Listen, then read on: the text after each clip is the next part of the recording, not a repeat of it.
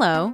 Welcome to another installment of the Central American Group's podcast, in which experts discuss topics related to doing business in Costa Rica, El Salvador, and the rest of the region. Hello. Welcome to another installation of the Central American Group series of podcasts. In these discussions, we speak with individuals that are either external to the Central American Group or involved in activities of the Central American Group. Today we have with us Miguel Flores, and he's with Loginter or Logística Internacional, which is part of the Central American Group. Miguel, hello, and can you tell us a little bit about yourself? Yes, Stephen, always a pleasure to talk to you. I've been in this business since 1985. I joined Loginter in 2008, so a couple of years has been passing by. Things go so quickly, but here I'm saying hello to you from Costa Rica. You know that I'm based in El Salvador, but I'm looking here because very soon we're going to open the operation here in Costa Rica in this beautiful place, the Green Park.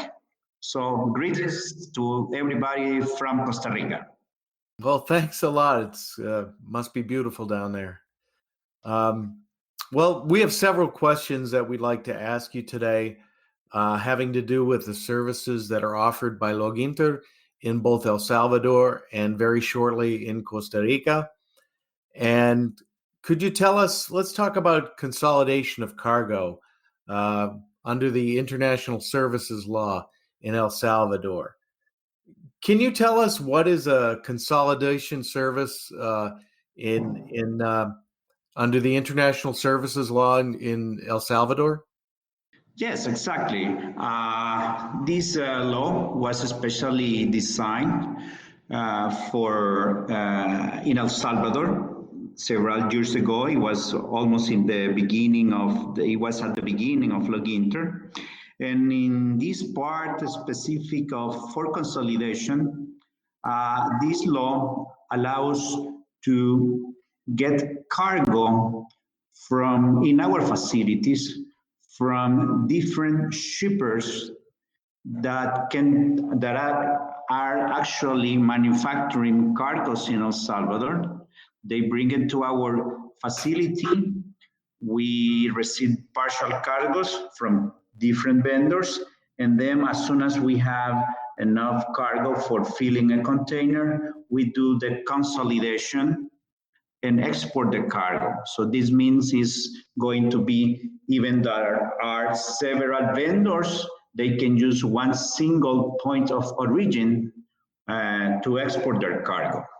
This increases the efficiency of the containers, so you don't have lost the space of the containers. This figure is to create control as well over the cargo on behalf of the buyers, because once the cargo gets into our warehouse, the buyer has full control of the cargo, and they are the ones deciding when and to where ship these cargos.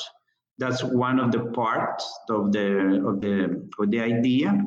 Also, we already have, for example, cases that we're going to call multi-country consolidation. This means that one buyer who is producing cargos in different or other countries in the region, for example, will say Nicaragua, Honduras, or Guatemala, and they have a small cubic meters of cargo for one single consignee or one single destination. The law allows to send this cargo from different countries to our facility and then make the consolidation from Loginter and export the cargo to final destination. This model, we already use it for one American company, and mainly for markets that are not typical for us, for example, Australia or emerging markets. This model has been proved, tested, and it makes sense to our customers. Also, the law allows us to get cargo from local companies, from companies that are located in free zones or standalone regimes. So we can collect cargo from any regimes that are actually working in El Salvador. So that's the idea, generally speaking, of the consolidation services under Loginter facility. What are the advantages of the consolidation services that take place under the International Law of Services in El Salvador? For example, you can have one single shipper sending cargoes to multiple consignees, and they can send the cargo to our facility, and then we segregate the cargo and we dispatch the cargo based on the different POs that the vendor is producing. So he gets the production completed. He doesn't need to have the whole production completed. They can send partial cargoes to our facility, continue producing their cargo. Once the whole shipment is ready, this is mainly for companies that can ship 10, 15, 20 containers, in one single shipment. They don't need to store the cargo in their facilities. That's why to use Loginter as this intermediate warehouse. That's one idea, one advantage. So the vendor is using his facility not as a factory, not as a warehouse facility. That's one idea. In the other, for example, there are some cases that the vendors are producing partial cargoes, a small amount of cargoes that do not fill one full container. So we can put several vendors and collect the cargo from these different ones and ship it to one specific destination. So that creates a savings, in this case, for the consignee or for the buyer of the cargo. Another one is that the Incoterms can be flexible. For example, instead of using DDU Miami term, they can use a CFS Loginter as an example. This will create us that once the cargo gets into our facility, the cargo comes under the control of the buyer.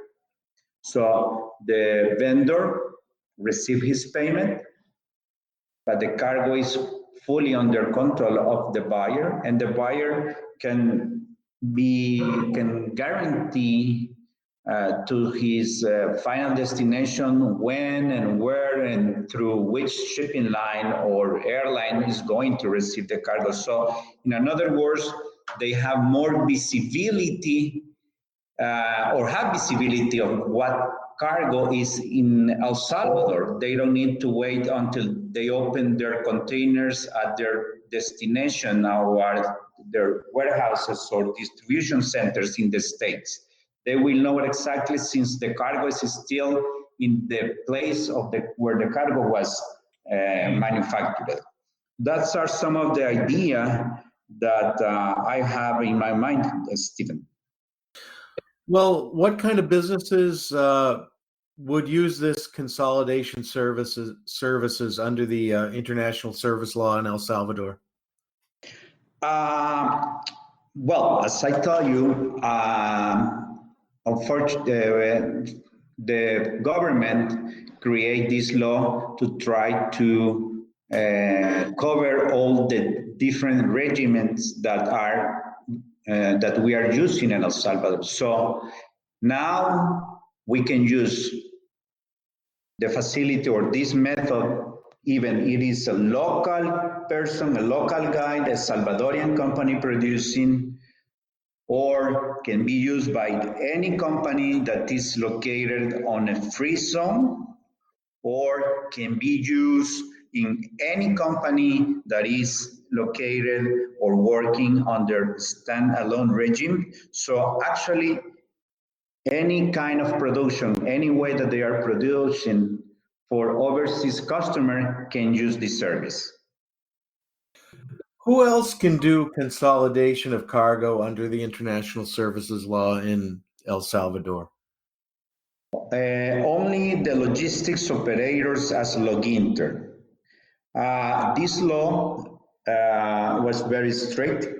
We spent more than a year getting all the permissions and all the authorization from a lot of institutions in El Salvador, because this permission, this license is only given to companies that has demonstrated in every possible way that we're going to comply not only with local law, because we are working with international companies, that our standards of service and our standards of safety in the facilities, infrastructure, personnel, etc., is comply, and it can be compared to any country in the world. So only companies that are authorized as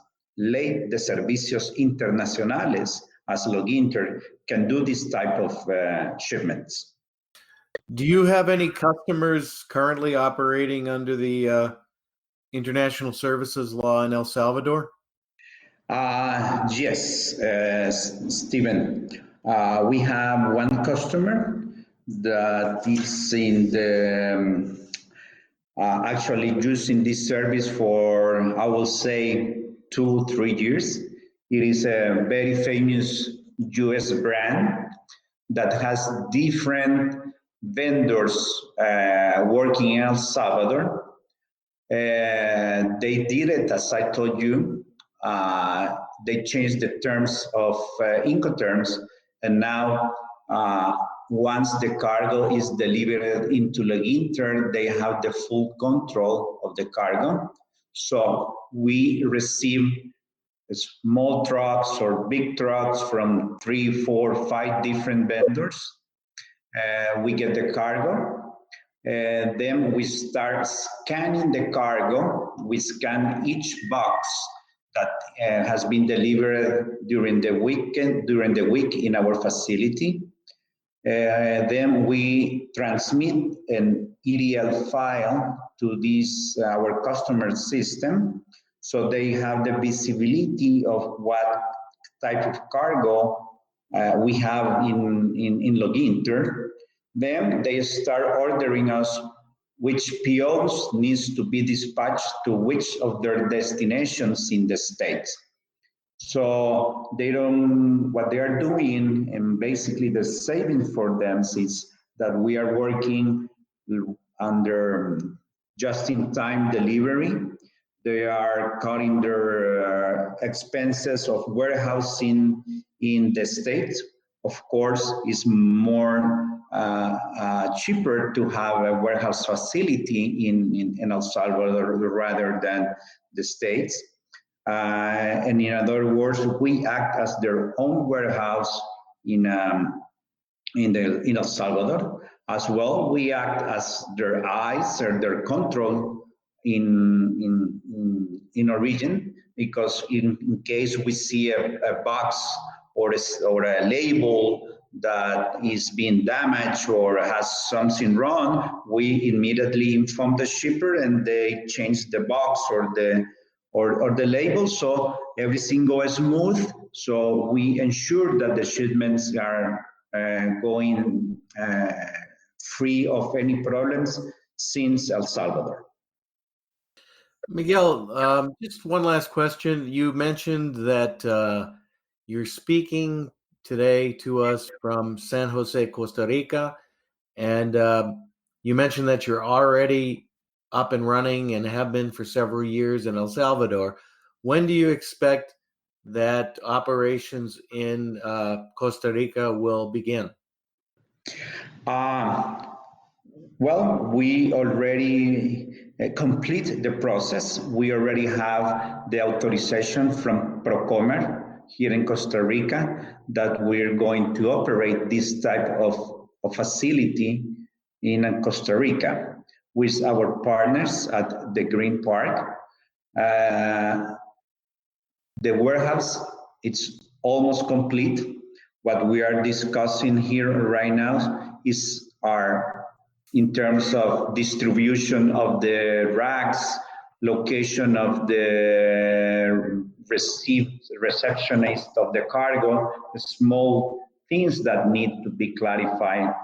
But in the big picture, we are planning to open our operation on January 2020 because we already passed all the process that the Costa Rican authorities request us to do. And fortunately, thanks to our experience in the group, thanks to the lawyers and every people that we hire to guide us and to into this process made a wonderful job. So basically, in a couple of months, Steve, I hope you will be invited to see our opening and the rest of the people that are hearing this podcast. That's great. Could you tell us, and we've been talking about freight consolidation services under the International Services Law in El Salvador, but what are other services that customers that are involved with international trade, what are services that you offer beyond this service? Yes, we can do, for example, in case of the inbound, we can provide the custom clearance and the last mile of the cargo. That means we have two trucking companies that can bring the containers from the port to our warehouse. This is for inbound. Same thing works from, we can do the last mile in this case, from our facility to the port. So we have trucking companies dedicated to this kind of services. As well, we work with companies that provide freight forwarding. We have several contracts, basically with all the shipping lines that are called in Central America. We had succeeded to have a very preferential contracts with these shipping lines that give us the advantage to have very good ocean freights negotiated even here at origin or with our partners around the world as destination. So in other words, we can cover all the services that any company that is interested to do business in the region, business in Central America. We have the contracts, we have the partners that give us the support to cover the area. Well, that's good to know. And we know that perhaps there are individuals that are listening to this podcast that may have additional questions about your company and its services. That being the case, how would somebody that would like to know more information get in touch with you? Yes, please, they click in our webpage, the Central American Group, and once you get into our webpage, just can navigate, try to get the information that you have, and if there is something specific that you need to talk to us, you will find a form over there, you fill it up, and immediately once one of our people will be answering you and will start talking about your needs in the region. So go to the Central American Group webpage and you will get us immediately reply. Okay, folks, the webpage is at www.thecentralamericangroup.com. Miguel, I want to thank you for taking time out of your busy day to speak with us. It's been a pleasure as always. Hope you that have a nice day, and we wish you well. Yeah, many thanks, Steve. So, like I am in Costa Rica, I will say pura vida. All right. Thank you very much, and have a good evening. Okay, bye.